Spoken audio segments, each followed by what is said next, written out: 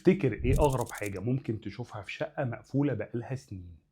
ايجارها بيدفع كل شهر، ما فيهاش صوت، ما فيهاش حركة، بس لما بابها اتفتح كانت المفاجأة.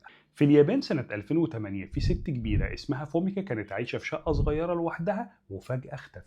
جيرانها افتكروا ان هي سافرت او راحت تعيش مع حد من ولادها، بس الحقيقة كانت اغرب بكتير جدا. بعد 3 سنين صاحب الشقة لاحظ إن محدش بيفتح الشقة بقاله 3 سنين بالرغم من إن إيجارها بيوصل كل شهر، فقرر يدخل يشوف الشقة بنفسه. فتح الباب ودخل الشقة، بس المفاجأة إنه لقى الست ميتة ومتحللة والريحة كانت فظيعة جدا ومحدش قرب ناحيتها ولا سأل عنها من 3 سنين. الشرطة بدأت تحقق في الموضوع وكان في سؤال مهم قوي: مين اللي بيدفع الإيجار وبيدفعه ليه؟ الإجابة كانت أغرب. حفيدها هو اللي كان بيدفع الإيجار، بس عارف ليه؟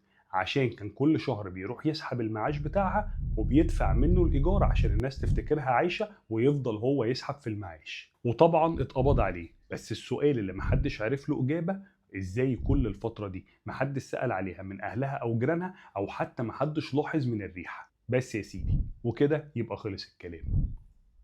سلام.